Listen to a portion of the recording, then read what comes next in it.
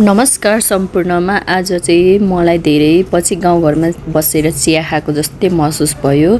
यो प्रतीक्षालय चाहिँ केएल टावरदेखि अलि भित्र के अरे गोपीकृष्णतिर आउने बाटो शान्ति गोरेटोमा छ। यो भर्खर ओपनिङ भएको हो। मलाई चाहिँ पहिलेदेखि नै जान मन थियो, आज जाने मौका मिल्यो।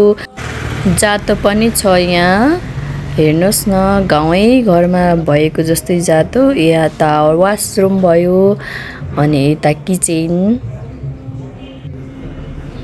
गाउँघरमा जस्तै ठेकी पनि छ भित्रपट्टि हो यो चाहिँ।